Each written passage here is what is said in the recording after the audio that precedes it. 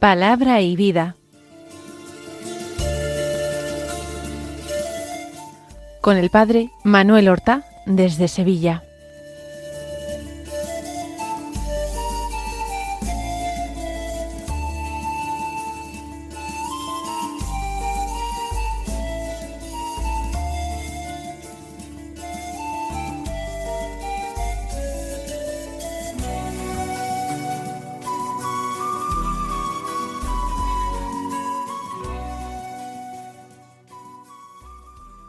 En el nombre del Padre, y del Hijo, y del Espíritu Santo.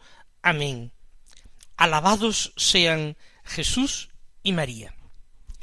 Muy buenos días, queridos hermanos, queridos seguidores de este programa Palabra y Vida, que emitimos cada mañana en las ondas de Radio María. Bienvenidos a esta nueva emisión, que realizamos el martes de la tercera semana de Pascua, un martes que es 6 de mayo. Vamos nosotros tratando de imbuirnos del espíritu pascual. Tratamos de ir viviendo como Cristo un paso, el paso del hombre viejo al hombre nuevo, al hombre resucitado, al hombre que ha nacido del agua y del espíritu, al hombre que ha triunfado con Cristo del poder del pecado y de la muerte.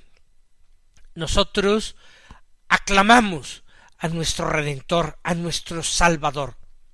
Aclamamos a nuestro Señor, que ha infundido en nuestros corazones la esperanza.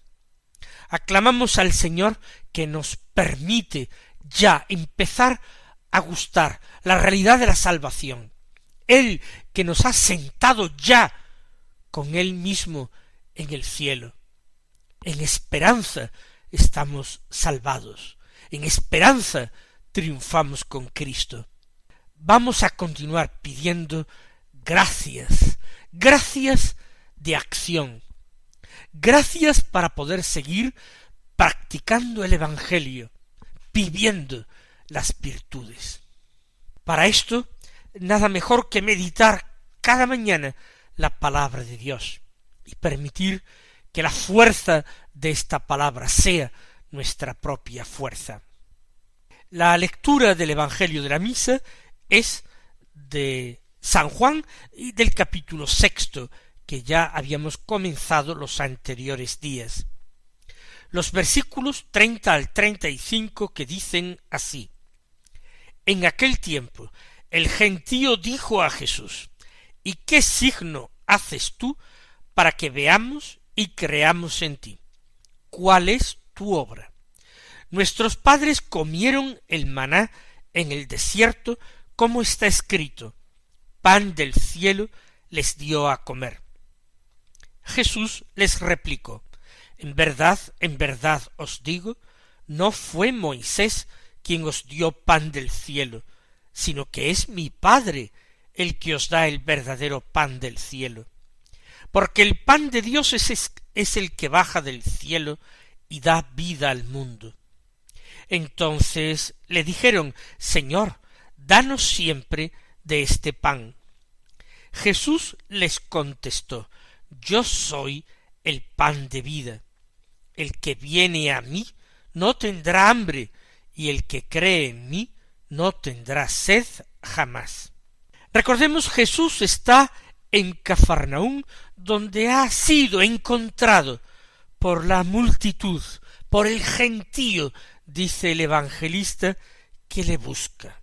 Y las palabras de la gente, o al menos de los portavoces de la gente, que imaginamos que se hacen fieles portavoces de ese sentir mayoritario de la gente, es bastante sorprendente, porque le dicen: ¿qué signo haces tú para que veamos y creamos en ti? Digo sorprendente porque Jesús acaba de realizar un signo extraordinario, uno de sus milagros más espectaculares y más reconocidos por la gente. Fíjese que después de la multiplicación de los panes y de los peces, muchos trataron de apoderarse de Jesús y llevárselo para proclamarlo rey. Es decir, lo habían reconocido rey Mesías y querían ya proclamarlo, ponerse a su disposición, proclamar el reino que había llegado finalmente, la restauración del trono de David. Era Jesús quien no había querido esto, era Jesús quien se había escabullido, quien se había marchado al monte él solo, y allí había pasado parte de la noche en oración, mientras los discípulos embarcaban.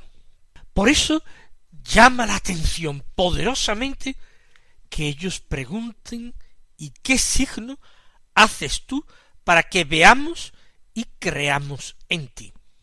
La única explicación que podemos dar a esta pregunta absurda es la de que nosotros, los seres humanos, somos aquejados de una verdadera crónica falta de memoria. Porque no hace falta remontarse a aquella circunstancia y a aquella época. Bastaría con mirar a nuestra vida, bastaría con mirar a la historia de la Iglesia, no solamente a nuestra historia personal, sino a toda la historia de la Iglesia, y detectaríamos los mismos signos de una peligrosísima amnesia. Con mucha frecuencia nos olvidamos de los bienes recibidos, y parece que el Señor tiene que estar multiplicándolos continuamente y haciendo cada vez mayores signos, porque los anteriores no nos bastan. Somos como niños que abren la boca llenos de sorpresa, de admiración y de embeleso ante el truco de un ilusionista, pero una vez terminado ya se han olvidado de él y piden algo nuevo que les sorprenda. Lo antiguo parece que ha perdido todo el brillo, todo el encanto, toda la magia. Así Jesús ha dado de comer a la multitud, pero la gente parece que está olvidando con sorprendente velocidad de qué manera Jesús les ha dado de comer. Porque la inmensa mayoría de ellos sabía que no tenían comida allí descampado. Sabían que Jesús y sus discípulos no habían llevado carros tirados por animales de carga y repletos de panes y de peces frescos, recién pescados. Sabían que Jesús no había llevado semejante equipaje, hubiera sido imposible de ocultar. Y sin embargo, sentados allí en grupos de 50, en el suelo, sobre la hierba abundante en aquel sitio, había empezado una distribución, y los últimos no hubieron de sufrir, porque pudieron comer tanto como los primeros. Más aún, a todos ellos les sobró después de repetir lo que quisieron hasta saciarse. Un signo extraordinario que hablaba de esa extraordinaria abundancia y riqueza del banquete escatológico, de ese banquete espléndido al que Dios invitaría al fin de los tiempos, a los suyos, a su pueblo, a los que le fueran leales, a los que esperaran con amor su venida, su reinado. Era un signo verdaderamente mesiánico. Los pobres, los hambrientos serían atendidos, sin contar con todos los milagros de curación que el Señor no había dejado de realizar. Sin embargo, ahora le preguntan: ¿qué signo haces tú para que veamos y creamos en ti? No basta un signo para convencerles, no basta un signo para que crean. Cuando después de tantos signos, cuando después de este último signo definitivo, ellos no han creído, están mostrando perfectamente que no creerían ni aunque resucitara un muerto. Me estoy refiriendo a aquellas palabras pronunciadas en la parábola del rico y del pobre Lázaro, cuando el rico le suplica a Abraham que envíe a Lázaro a la tierra, a la casa de su padre, porque tiene 5 hermanos allí, para que ellos vengan a darse cuenta de lo equivocado de su camino en la vida, y no vinieran a ese lugar de tormento, a esa condenación. Y Abraham les dice, si no creen a Moisés, si no creen a las Escrituras, no creerán aunque resucite un muerto. Así es con el Señor. No creen por muchos signos que se realicen, que se multipliquen. No creen. ¿Qué signo haces tú? Y ellos van a hacer referencia a un signo que los antepasados habían contemplado y experimentado. ¿Cuál es tu obra?, le han dicho a Jesús. Nuestros padres comieron el maná en el desierto, como está escrito, pan del cielo les dio a comer. ¡Qué extraordinario! Ellos mismos han experimentado lo que es haber sido saciados por Dios con un pan que verdaderamente puede calificarse pan del cielo, porque no tenía un origen natural. Esto mismo ha hecho Jesús, esto mismo que se ha vivido en tiempos de Moisés y nunca más había vuelto a vivirse. Cierto, el profeta Elías había permitido que una viuda de Sarepta en Fenicia, en Sidón, en el territorio de Sidón, comiera y se alimentara junto con su hijo, y el mismo profeta Elías, de un poquito de harina que había en una orza y otro poco de aceite que había en una alcuza. Ni la harina se agotó, ni la alcuza se vació, sino que de allí se fue sacando durante toda la carestía que azotaba toda Palestina. Los israelitas recuerdan cómo el Señor providente había alimentado a su pueblo durante la larga estancia en el desierto. Aquello les pareció una obra memorable e importante, lo que realizó Dios por medio de Moisés. Y recuerdan la palabra de la Escritura, pan del cielo les dio a comer. Verdaderamente ha sido providencial, algo querido por Dios, que aquellos hombres en Cafarnaúm les recordaran esto a Jesús, porque van a propiciar una nueva revelación de Jesús. Sin saber qué hacían, ellos están pidiendo un nuevo signo, y Jesús les va a anunciar un signo que Él les dará. No en ese mismo instante, en ese mismo instante les debe bastar el milagro de la multiplicación de los panes y de los peces, pero va a realizar un signo en la misma línea, para alimentar a su pueblo, para alimentar a la multitud con un pan que es verdadera y realmente pan del cielo, con mucha más propiedad ni que el maná ni que el pan que habían comido a orillas del lago. Pan del cielo les dio a comer, dice el gentío, y Jesús replica, en verdad os digo, no fue Moisés quien os dio pan del cielo.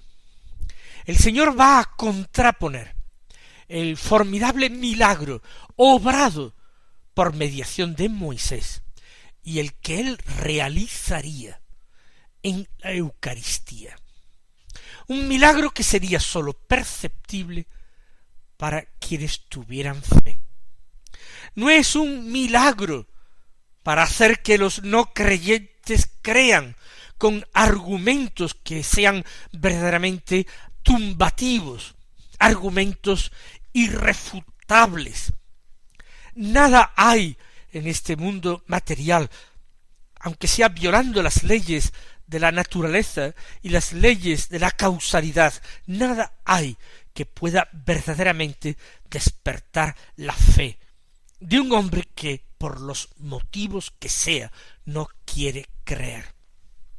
La fe es un acto libre, suscitado por la gracia de Dios en el corazón del hombre, que se mueve a aceptar la obra de Dios en su vida, la acción de Dios en el mundo, que le mueve a poner toda su esperanza en Dios. Esa es la fe. En verdad os digo, dice Jesús, no fue Moisés quien os dio pan del cielo. Por supuesto, incluso en tiempos de Moisés, no fue Moisés quien obró un prodigio de semejante calibre. Moisés fue solamente el profeta que llamó la atención al pueblo, que intercedió por el pueblo. El que dio aquel pan caído del cielo, que era el maná, fue Dios, que se compadecía de ese pueblo que había rescatado de la cautividad de Egipto. Ese Dios que hacía que toda la historia de su pueblo de Israel fuera una representación, una figura, una verdadera profecía de lo que haría en los últimos tiempos para salvar al hombre de un enemigo infinitamente más poderoso, malvado y temible que el faraón de Egipto, para salvar a los hombres de la esclavitud por la que estaban sometidas al demonio.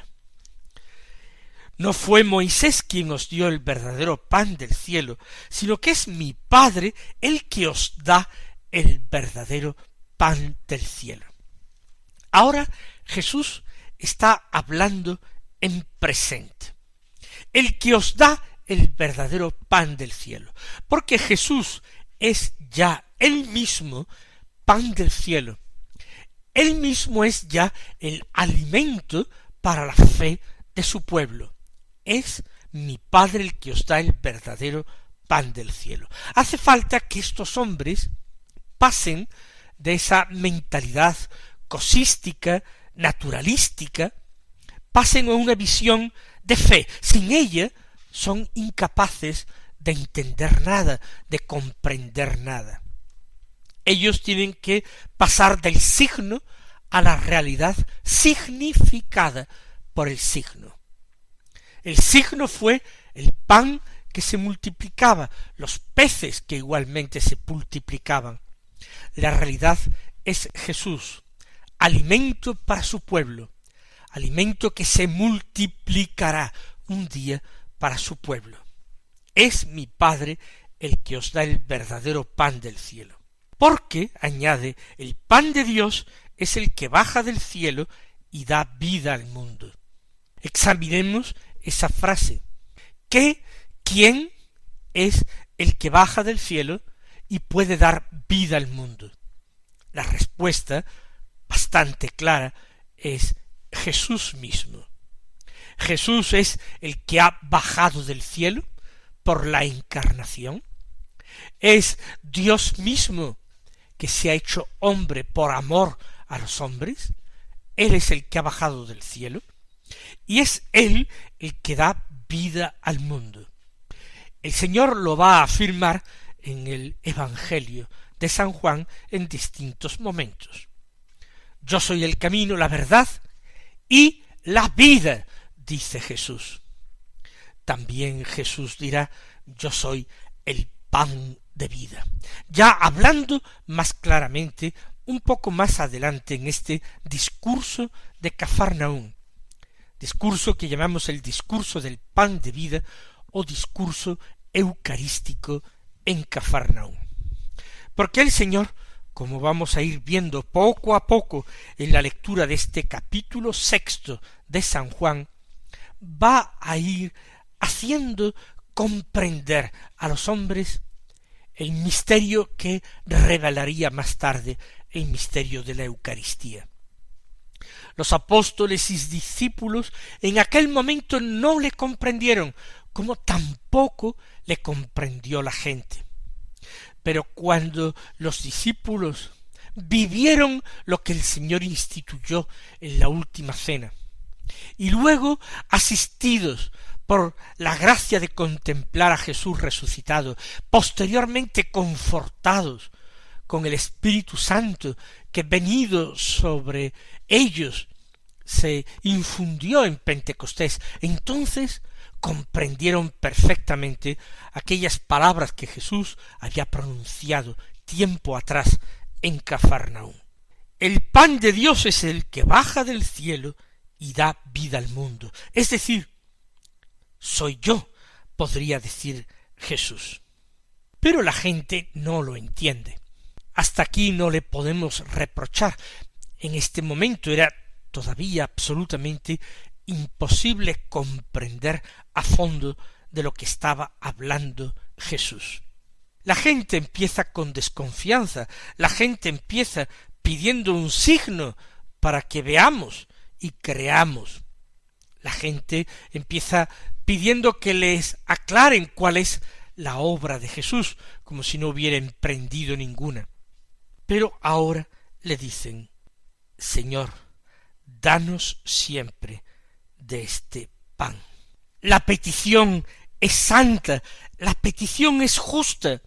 ¿Acaso el Señor dejará de dar ese pan de vida a quien se lo suplique con fe, con deseo, con amor, con el deseo de vivir la vida de Dios, con el deseo de ser alimentados por Dios mismo?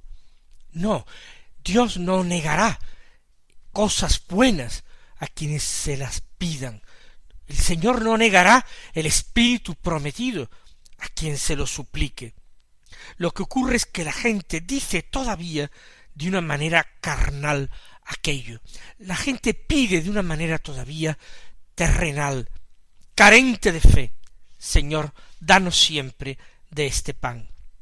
Nosotros esta petición, sin embargo, podemos tomarla para nuestra propia oración, siendo conscientes de que nosotros vivimos la vida de gracia, la vida de Dios, porque comulgamos. Diremos una y mil veces al Señor: danos siempre, Jesús, de ese pan que eres tú mismo. Aliméntanos continuamente de la Eucaristía. Danos hoy nuestro pan de cada día. Jesús, por eso, les contestó, ya de una forma abierta, ya desvelando el misterio: yo soy el pan de vida, el que viene a mí no tendrá hambre, y el que cree en mí no tendrá sed jamás. Vamos a quedarnos meditando estas palabras extraordinarias, la revelación de quién es el verdadero pan de vida que sacia el hambre de Dios de cualquier hombre. Mis queridos hermanos, que el Señor os colme de bendiciones y hasta mañana si Dios quiere.